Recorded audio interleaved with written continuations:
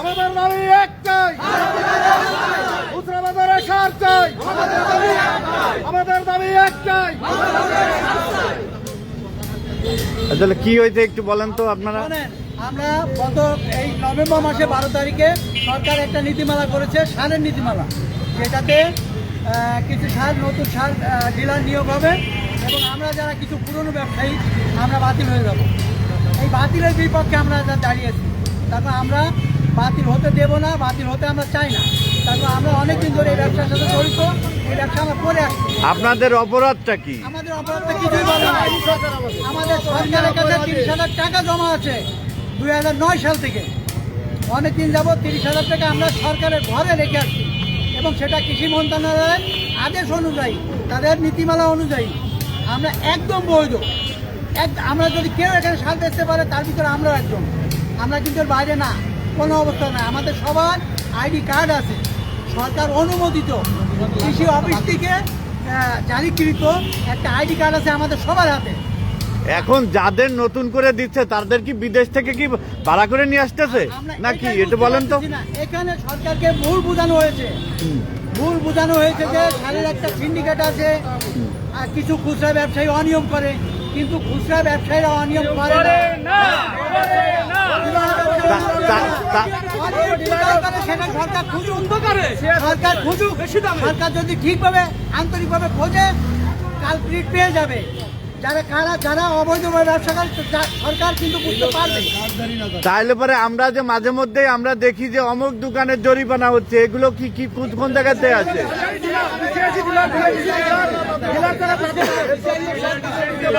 তাহলে পরে কি এটা ও সরকারি কর্মকর্তারাই কি এর সাথে জড়িত নাকি?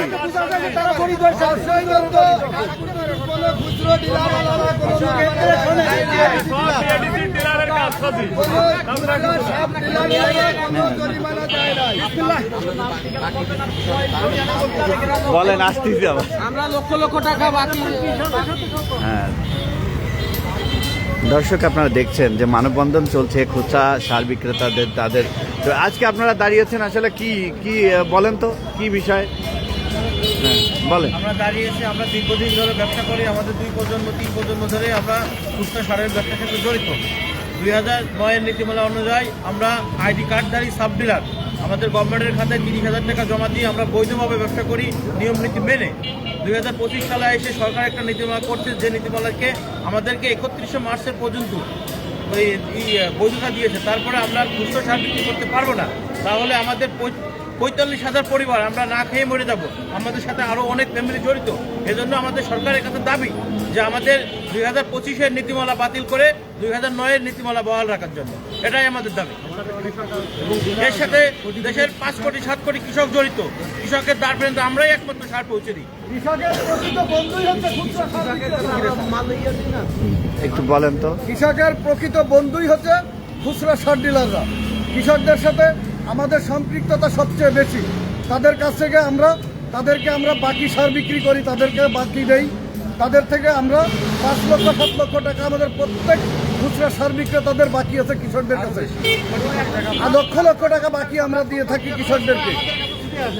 কৃষকরা আমাদের কাছে ছুটে আসে প্রকৃত বন্ধু ভেবেই, এই খুচরা সার ডিলারদের কাছে ছুটে আসে তাদের মানে সুযোগ সুবিধা সবটুকু পাওয়ার জন্য। আর আমাদেরকে এই 2025-এর যে নীতিমালা সরকার মানে প্রণয়ন করছে, এই নীতিমালা যদি বাস্তবায়ন হয় 45,000 থেকে 50,000 খুচরা সার ডিলার সারা বাংলাদেশে আমরা পথে বসে দেবো। আমাদের একেবারে ব্যবসা নষ্ট হয়ে যাবে। আমাদের যে মাঠে ঘাটে লক্ষ লক্ষ টাকা পড়ে আছে, এই টাকাগুলো আমরা তুলতে পারবো না। আমাদের পরিবারগুলো একদম নিঃস্ব হয়ে যাবে। আর আমাদের কৃষকদের সাথে কোনো সম্পৃক্ততা থাকবে না। কৃষি উন্নয়নে বাধাগ্রস্ত হবে এই 2025 নীতিমালা যদি বাস্তবায়ন করা হয়। দর্শক, আপনারা দেখছেন মাগুরা চৌরঙ্গীর মোড়ে আসলে মানববন্ধনে তারা ডাক দিয়েছে।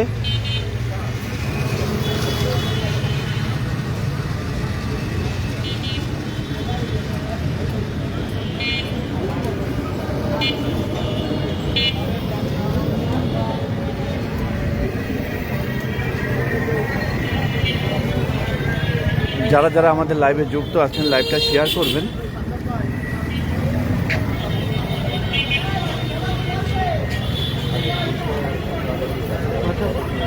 কথা বলেন ভাই, আমি ওর ভিতরে কথা বলেন আমি আর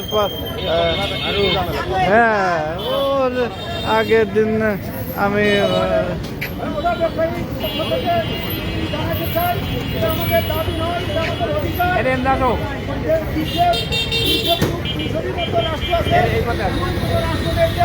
বৈধ বৈঠকে কোনো রাষ্ট্র এরকম বাধা সৃষ্টি করছে, আমাদের রাষ্ট্র এটা নতুন দেখতে পাচ্ছি। এই কারণে এটা করতেছে, তো আমাদের সরকার সরকার থেকে আমরা কেন এই ব্যবসা করতে পারবো না, আমাদের অপরাধটা কি এটা আমাদের সরকার জানায়নি। আমরা বৈধ ব্যবসা কেন করতে পারবো না? আর তাছাড়া একটা ইউনিয়নে 3 জন লোক ব্যবসা করবে আর বাকি লোক ব্যবসা করতে পারবে না। 3 জন লোকের যদি সরকার বড় মনে করে তাদের অধিকার বা তাদের ন্যায্যতা বা তাদেরকে স্বাবলম্বী করতে চায়, এটা সরকারের বড় ভুল হবে। কারণ আমরা একটা ইউনিয়নে কমপক্ষে খুচরা ব্যবসায় শিখি 150 থেকে 200, সেখানে 3 জন লোককে সরকার প্রতিষ্ঠিত করতে চাচ্ছে। আমরা যে 150-200 লোক আছি প্রতি ইউনিয়নে, আমরা শুধু ইউনিয়ন 150-200 লোক কিনা আমাদের একটা সংসার বা ফ্যামিলির কর্মকর্তা, আমাদের পিছনে 10-20 জন লোক এর পিছনে সম্পৃক্ত আছে। সবাই আমরা বিপদের সম্মুখীন হয়ে পড়বো।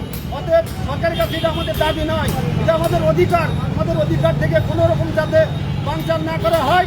2009-এর বৈধ আইনকে বহাল রেখে 2025-এর অবৈধ আইনকে বাতিল করার জন্য দ্রুতভাবে সংবাদ মাধ্যমের অনুরোধ জানাই। আর তাছাড়া এই আইনকে যদি সরকার মানে না নেয় তাহলে ইউনিয়নে 3 জন লোকের বিরুদ্ধে আমরা রুখে দাঁড়াবো সরকারের আইনকে বাতিল করার জন্য। আমরা আন্দোলনে যেতে বাধ্য হব। যদি আমাদের ব্যবসায় বাধা সৃষ্টি করে সরকারিভাবে, আমরা সবাই সম্মিলিতভাবে ইউনিয়নে 3 জন ডিলার নিয়োগ দিবে, সেই ডিলারদেরকেও আমরা ব্যবসা করতে দিব না, এমন পদক্ষেপ নিতে আমরা বাধ্য হব যদি সরকার আমাদের এই পদ থেকে সরায় না নিয়ে আসে। আমাদের বৈধ আইন যদি আমাদের বৈধ দাবি, আমাদের আন্দোলন চলতেই থাকবে। আচ্ছা, আপনাদের যে স্মারকলিপি জমা দিয়েছিলেন আগের দিন, আসলে তারা কি জানিয়েছে ভাই? অল্প একটু থাকবেন। আপনাদের দাবিটা বৈধ, আপনারা এটা চালায় যান এবং আইনগতভাবে আপনারা একটু উদ্যোগী হন। কারণ আপনাদেরকে এত লোক কেন সরকার করবে, বেকার করবে? সরকারের দায়িত্ব হচ্ছে বেকারত্ব দূর করা, সেখানে সরকার বেকারত্ব কেন সৃষ্টি করবে? আপনারা এটা কঠিনভাবে আপনারা প্রতিবাদ জানান। যে সরকারি কর্মী হলে আপনারা চেষ্টা করেন। ইউনিয়ন সভা আমাদেরকে পরামর্শ দিচ্ছে এবং ডিসি সাহেব ছিলেন না, ডিসি সাহেবের সঙ্গে আমরা কথা বলতে পারিনি। সম্ভব হলে আজকে আমরা ডিসি সাহেবের কাছে যাবো। কেন আমাদেরকে কোন দোষে এবং দোষটা তোমার বলা হয়নি যে আমরা বৈধ ব্যবসায় কেন সরকার বাধা সৃষ্টি করতেছে? ওটা আমরা প্রতিবাদ কঠিনভাবে জানাতে চাই। সরকার প্রতিবাদে যদি সাড়া না দেয় তাহলে আমরা পরিস্থিতির উপর ভিত্তি করে যে কোনো পদক্ষেপ নিতে বাধ্য হবো।